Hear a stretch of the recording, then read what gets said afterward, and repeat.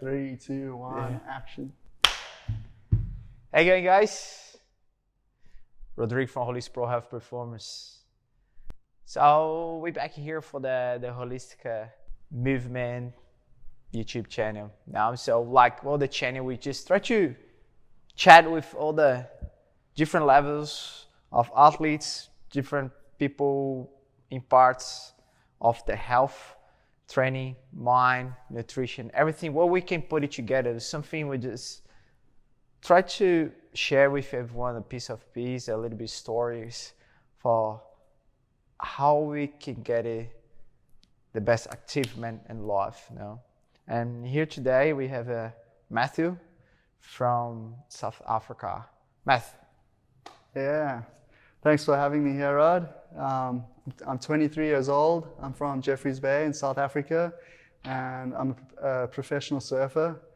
And yeah, thanks Matthew, for me. how is your full name? It's pretty hard to say. Always I tell like, oh, how can I say that? Yeah, Matthew, what? McGillivray. McGillivray. That's hard. McGillivray, yeah. McGillivray. I get it, Gilliver, yeah? Yeah, it's got a bit of Scottish. And, It's Scottish. yeah, a bit complicated, but... So you are half Scottish, Dutch, what is?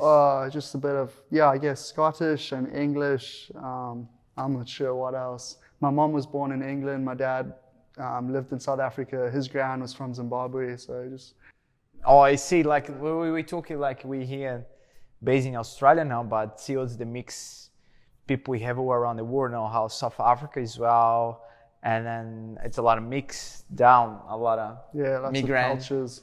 A lot of cultures moved down there. The main ones was English, Dutch, Scottish.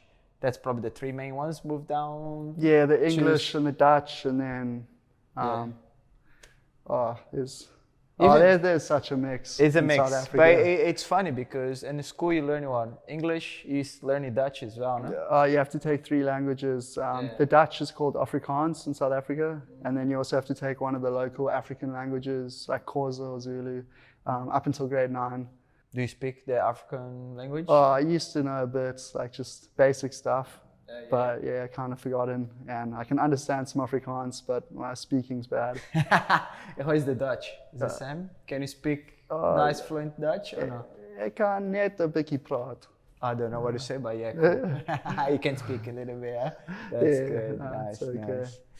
nice. Matt, let's get in and tell us your beginning of career. Why to be a surfer? Okay, Jeffreys Bay, that big right hand. Okay, that's a good one. Actually, I didn't grow up in Jeffreys Bay. I grew up in Port Elizabeth, which is an hour away. And my family was just really into ocean sports. Okay. We started off with the surf life saving. My dad was into sailing and surf ski paddling and just anything adventurous and like action sporty.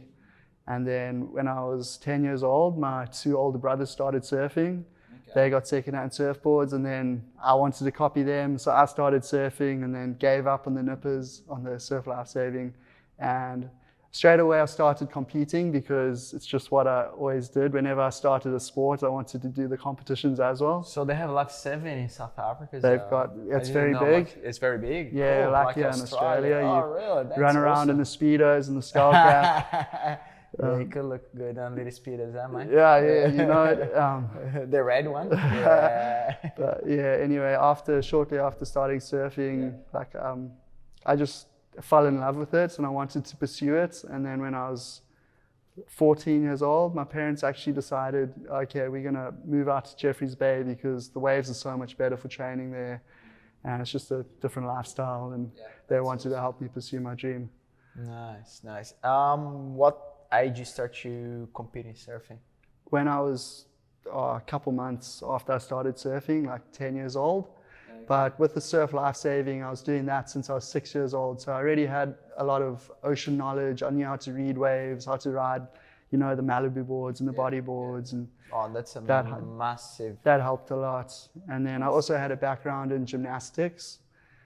So that also helped with the body coordination. We're going to talk about like that, like how really good athletes have all these different types of background, and it helps a lot to improve and get it in and a good focus for the sports, what they do now. No? So you done pro juniors? Yes. Cool. Yeah.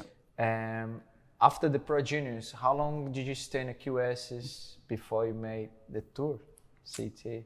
I started the QS when I was 18 years old, so it was the year, or it was actually the year I was writing my final exams, grade 12. I did 4 contests over in Europe. I decided, okay, I've got to start building up some points. So I did those, like a couple events, got a couple points. And then the year after school, 2016, I came over here to Australia, did the whole Australian leg, and made some heats and some points and decided, okay, this is it, I'm going for the QS. First year went well. I got into primes at the end of the first year. Okay, that's pretty good. The second year dropped down. My expectations were pretty high, and I put lots of pressure on myself, and I ended up doing a lot worse and was struggling for results. And then my third year on the QS, I managed to climb back up again, got focused. I finished 33rd on the QS, and that was the end of 2018. And then 2019, also started off with a dip at the beginning of the year. For the first 6 months, I was kind of also put a lot of pressure on myself because my results at the end of the previous year were good. So I was like, I've got to do it this year. And then I kind of relaxed a bit at the end of 2019. I was just like, okay, you know what, just as long as you're doing your best, you keep focusing on what you're doing, don't worry about the results. And then just everything came together at the end of 2019, and I ended up qualifying. Which was so I didn't spend too much. Dream come true. 3 years in QS before made it? 4 full years. 4 full years. Plus the extra made it contest. Dream too. How old are you now? 23? I'm 23 years. Then 23 years. Yeah, so. Perfect. You're done. You made it. You're there now. But it's not there. We know it yet. We didn't start yet. Now we're waiting. Yeah, now we got extra time to prepare. So tell me, on the year you made it, what you made yourself, what do you change to make? Give it a little tips. What do you put yourself to do and then made all this, turn around and made it? It's hard to say. There are a lot of just little things which ended up coming together and making the difference, because when you're surfing heats, sometimes, so often there's like close calls where, you could have just done that little extra to have made that heat, and that would have made the difference for you. And everything just started going my way with the close calls, but it came, I think, with a bit of a mental change. I think like my self-belief improved. I was believing in myself more, let go of worrying about the future and like the end results. And I was just, like more focused on my surfing. And a big thing which helped as well is I realized how much I enjoyed surfing, and I wanted to make sure, even when I was traveling to contests, that I carried on enjoying it and not losing that passion. Because with the qualifying series, it's tough. Often you're traveling very far and putting a lot of effort and money and time into it, and you might not be going to good waves. Often the waves can be pretty challenging and not that fun to surf, especially when it's crowded and everyone's trying to get waves before the contest. But you just got to sneak around. Yeah, do some snaking. But it's all part of the experience. And that's good. Like I like the words you say, and part I think sometimes a lot of people don't understand. You need to make it that little extra on the heat to make the heat, and you don't do it. You just sit and wait. And then one thing I tell everyone is like, or I hear everyone say to me, I was sitting and wait for the opportunity. And for me, I don't like that, because opportunities, you just don't sit waiting.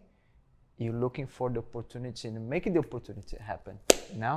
You're looking for the opportunity. You're chasing. You're there. The heat start 30 minutes. You fight for the first minute, for the last second of the heat. Yeah.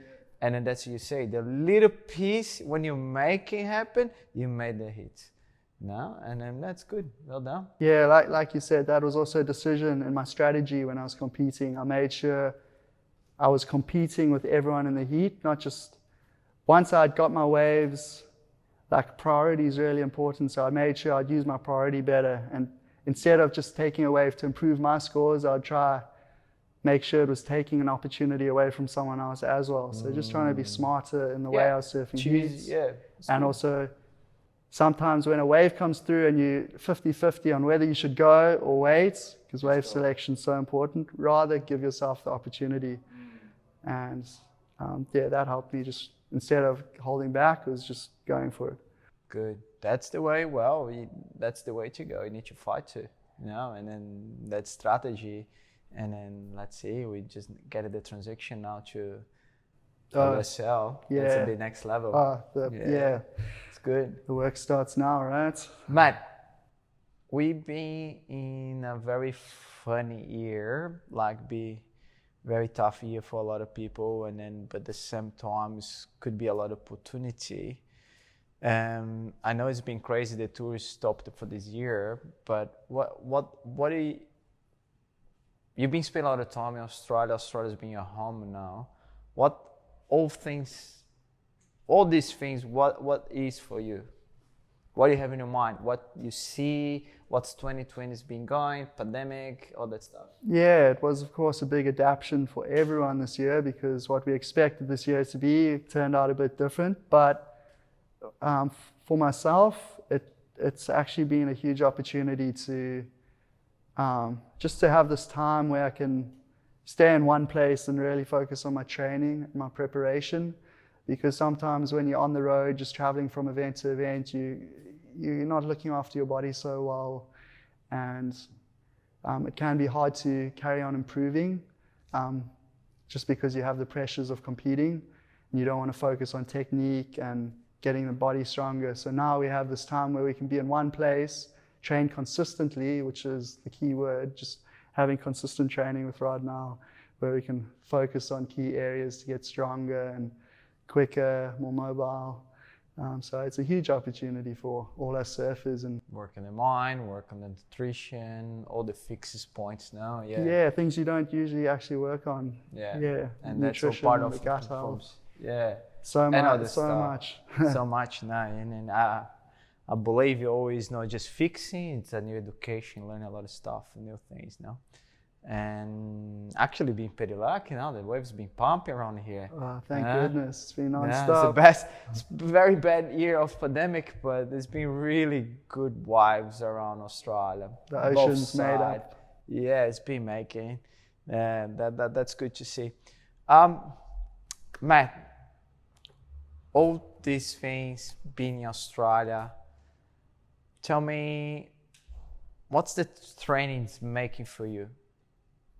The training? Yeah. Here in Australia? Yeah. What's been making, all the physical training we've been doing? What do you see your body changing? What's gone? Can you share has been good to you? Yeah, I'm just feeling fitter and more in control of my body. I'd sometimes struggle with lower back pain with lots of surfing. My back would kind of seize up a bit, and now that's not happening anymore. And I was also, when I first came here to Australia, I started struggling with tendonitis in my knee, on my left knee, my front leg, just from doing a lot of airs and maybe just not keeping up with this. Or it was actually because I had a weak leg, and now that's completely healed, and we've managed to get rid of that and strengthen my legs, so I'm really stoked there. And yeah, the key elements that we're working on are just try to get stronger. I started off weighing 74 kilograms, now I'm up to 75. We have the goals to try to get up to 78 maybe, just to that's get the power in the surfing. Mentality of South African coming on, they want to be a big boys. That's it, bring the power surfing. Get the power back. Yeah, no, that's good. What do you see yourself in career? What do you see yourself as a surf? What do you have in mind with your surfing now? What do you want to achieve in your career as a long term? You want to surf just a couple of years and that's it, change, or you just want to move to your 40s? What's the thing in your mind? If I could have a 10-year career, that would be the dream. I'm 23, so if I can surf till my early 30s, But that's not only the dream. I want to make sure I keep improving. That's always my main goal. Just with my surfing, and hopefully with my rating as well. Just World title keep one building day? up. Oh, if I can focus on like that, and if we can work towards that, that's always like the top of everyone's dream. Like if you can work to be in the world title race at the end of the year. So that's what you want, right? Like you are the. But it's big talk for now. Like we got baby steps, we set goals. We talk about career story. No, what's your story for? You want 10 years? Yeah, it's a Why is long not time. thinking- And yeah. just set a goal each year and work towards it. Good. That's the why, no? And it's like think we live in the moment, but it's good to have this. Okay, maybe I retire with 35 or 33 or 40, no? And it's just all the things. So what you feeling now, or if you have a pressure, you're the next South Africa, no? So is the second South African make the tour, and the tour now. Yeah, it's nice. How's that going in your mind? How is that going back home as well? It was amazing to be able to. I mean, South Africa it still is, but it used to be a really dominant surfing nation, and Geordie Smith's always been leading the charge for us. And I started riding his surfboards actually. His dad's been shaping my surfboard since 2 years ago, and he actually also played a big part in mentoring me and helping me qualify. And I'm still riding his boards, so I was going to travel with him to a couple of these events this year, and he was going to kind of mentor me. But it's just great to be able to learn from him, hopefully. And he's coming for a world title. I'm telling you, he's hungry. He's hungry. He's still my favorite surfer. Good. So he's inspiring the boys back home. That's good. But and hopefully. And how is mom, dad, parents, friends? You're the second South African on the tour. How's that pressure guy? Parents? With my parents? Or friends? They Jeffreys Bay community? They're proud. They're very proud. And it's really nice coming from a place where there's an actual championship tour event. So I can really feel the support there. And I can't wait. I was able to compete. I got a wild card in 2018 to surf at Super Tubes during the contest, and now I can't wait for the next chance to be able to surf Jeffreys Bay with 1 or 2 other people. That's what the dream is. Dreams, yeah. That's what it's about. So with that, tell me what's the best right hand in the world for you? Jeffreys Bay. Not even a Why question. the question? What the best left? The best left in the world? For me, I've mainly been going right my whole life. I was supposed to have the chance to surf G-Land this year. From videos, the best left I've seen is either Namibia or Desert Point maybe, or G-Land. I'd love to be able to go to Cloudbreak. The best left I've surfed myself was over in Asu Island. It's off Nias, a good left point called Asu. It's Dog Island or something. I don't know, but I got to surf there last year. But still have to have the opportunity to surf some of these waves. Tahiti's going to be very scary. Got to do some breath hold training first, eh? That's getting there. Well, they say Tahiti is much easier than pipe, huh? Yeah, pipeline. That wave. It's pretty life-changing being out there. That's I heard. I'm not sure. No, I'm not. Yeah, the boys are pretty crazy. Those guys charging there, and I'll get my chance hopefully. Good. Just a few more questions. So, what you could give, like if you gave some words to our Groms, what you could really motivate the Groms? If you give any words to motivate the Groms? Nothing happens by accidents. Like everything happens for a reason, and you've got to work hard for what you want to achieve. It's all about the preparation. And for juniors could be the same words? The level's going up every year. You see what's happening now with the wave pools and the airs Groms are doing. So yeah, you just got to work hard and believe in your dream and just realize, yeah, as long as it's something you're passionate about, the hard work doesn't really matter because it's something you love. And you put the work in and you get the reward.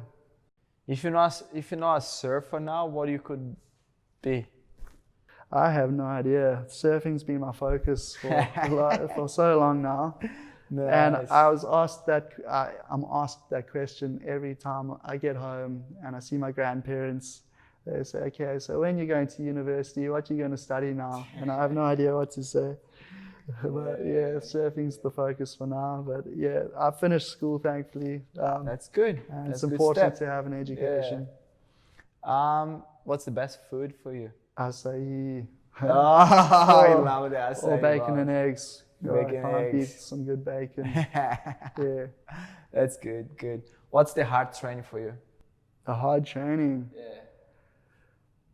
The hard training, that rowing machine in the back there.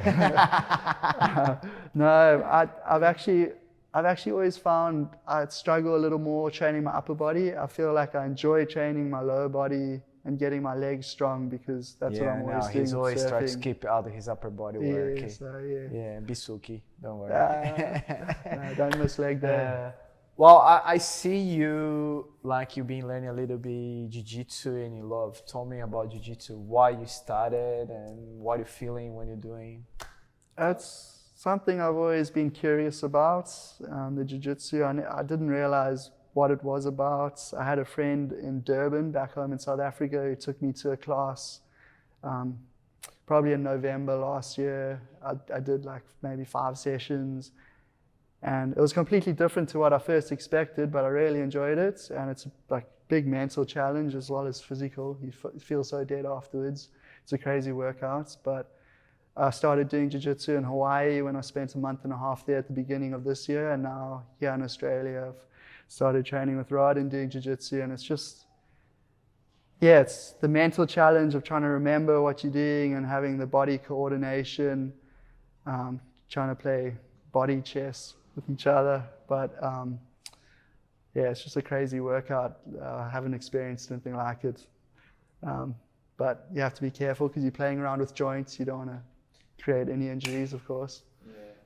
All right, just to finish up, tell me, we have a plenty of time. Where do you see yourself now? We have plenty of time. I'm not sure if the contest we start in Hawaii, but maybe we start next year. We might even have the strategy contest, who knows? Who knows? In the next month or two. So where do you see yourself?